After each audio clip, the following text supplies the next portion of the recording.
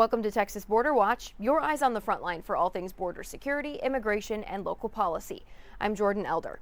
Miles of shipping containers and razor wire have been lining the Rio Grande for years, but now a state representative in Eagle Pass says it's time to get rid of it. Representative Eddie Morales, who is a Democrat, says all of these measures are outdated and unnecessary at this point. We've shown you how significantly crossings have dropped in that area, but Morales says this actually stemmed from a roadblock city officials faced. Eagle Pass and TxDOT engineers were trying to inspect the international bridge, but they struggled to get to the pillars because of overgrown foliage and all of that wire. Luckily, the fire department helped take them to the pillar by boat so they could still do their work, but Morales said this started a larger conversation. He asked the governor in this letter to start returning Eagle Pass and Shelby Park to the way it used to be. He says there's a balance to be struck between border security and a sense of normalcy for his community. Now, keep in mind, Morales did vote for Operation Lone Star when it began because this area was such a hot spot for illegal crossings. Texas officials have said in the past that they can't let up on the border because it would signal to migrants that it's okay to cross. In the past few months, though, Texas operations have largely shifted toward assisting federal agents with immigration issues. So again, that letter was to the governor's office. I also reached out to Governor Abbott's office to see if removing the razor wire and the shipping containers might be a possibility. In short, their answer was no. So the long form of their answer, though, is this. They said Texas deployed every tool and strategy available to stop the unprecedented levels of illegal immigration under former President Biden, including hundreds of miles of strategic barriers. Thanks to these strategies and President Trump's strong, decisive leadership to close the border, illegal crossings are at a record low. Texas will not relent in this mission to secure the border and protect Texans and Americans. So that will not relent is what is signaling that these measures are going to stay up, and it's going to look the same for now. Several members of the U.S. Coast Guard are being surged to the southern border, and this new operation is being referred to as Operation Riverwall. So we want to give you an inside look into what this is going to mean. Back in January, President Trump declared a national emergency at the border. His administration followed up in March, forming Joint Task Force Southern Border. That allowed troops under the Department of War to support Homeland Security's border mission. So under Operation Riverwall, the agency is going to send in more than 100 boats and hundreds of personnel, including shallow watercraft, tactical teams, and command and control assets. The Coast Guard says the goal is to stop drugs and deter illegal crossings along a 260-mile stretch of the river that forms part of the U.S. border. Officials aren't saying exactly how many people or how many resources are involved, citing operational security concerns.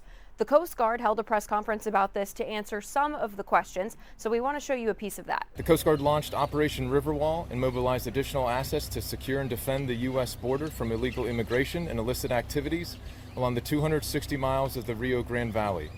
We are working collaboratively with our federal, state, and local partner agencies by leveraging our unique authorities and capabilities to control our border. The threat out here is evolving, and it's always changing. Our adversaries are using new techniques, new procedures, new technology. So to combat that, we're surging forces onto the Rio Grande to provide more presence so we can deter that illegal activity. We've already helped with several different apprehensions along the river. I think it's probably close to about 20 at this point. Challenging environment is probably the biggest thing that they're encountering at the moment, and getting used to the river and the operations that we're doing. But also in terms of the actual, like the operation itself, Yep. In terms of people apprehension. Correct. Yep. So we're conducting standard Coast Guard law enforcement patrols up and down the river, looking for nefarious activity. So if we see an illegal immigrant crossing the river, whether that's on a raft, walking, or swimming, we'll pull them out.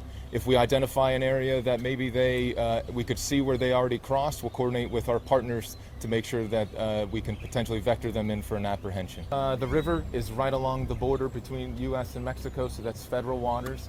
So our inherent Title 14 law enforcement authorities allow us to enforce U.S. laws and treaties along the water.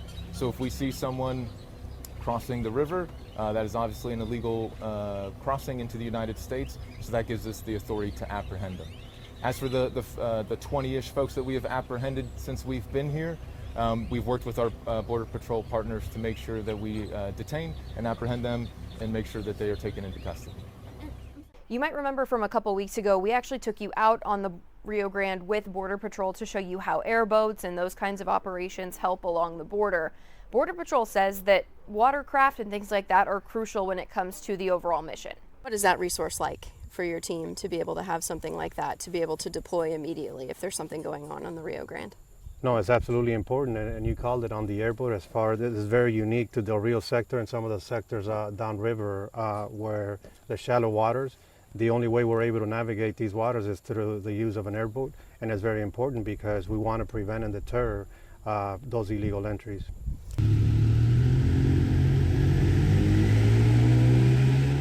An international bridge here in Texas looked more like a zoo this week. And I want to warn you, if you're not into snakes, bugs, creepy crawlies, you might want to skip this segment. So this picture is from U.S. Customs and Border Protection, and in all of these containers, there are over 160 living reptiles and bug species. This was at the Anzalduas International Bridge in Texas. They caught a driver that was trying to transport all of these animals into Mexico. It was a silver Toyota truck. The vehicle was selected for further inspection because when you cross back and forth on the border, sometimes your vehicle gets pulled. They'll do the x-ray, they'll look through it specifically for this reason. They want to make sure you're not bringing anything back and forth that you're not supposed to. In this case, this person was.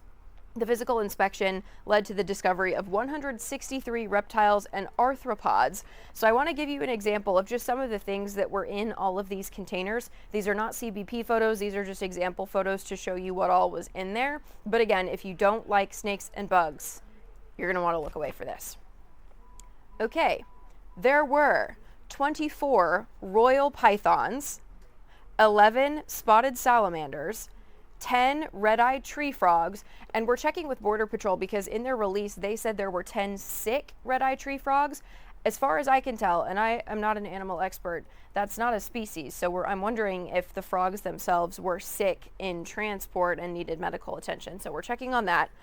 10 albino milk snakes, 10 orange milk snakes, and then 10 Mexican black king snakes, along with 4 tarantulas and several different types of ball pythons. U.S. Fish and Wildlife Service took custody of all of these animals. They are going to oversee what happens to them from there, but quite a scare, I'm sure, for the border officials that went through and found all of this in a silver truck. That's all we've got for you this week. I'm going to reset that so we don't have to look at it. Anyway, that's all for this week's Texas Border Watch. We will be back next week, and if you want to watch any of our other episodes, we've got a playlist on YouTube for you to look back through. We will see you back here next week.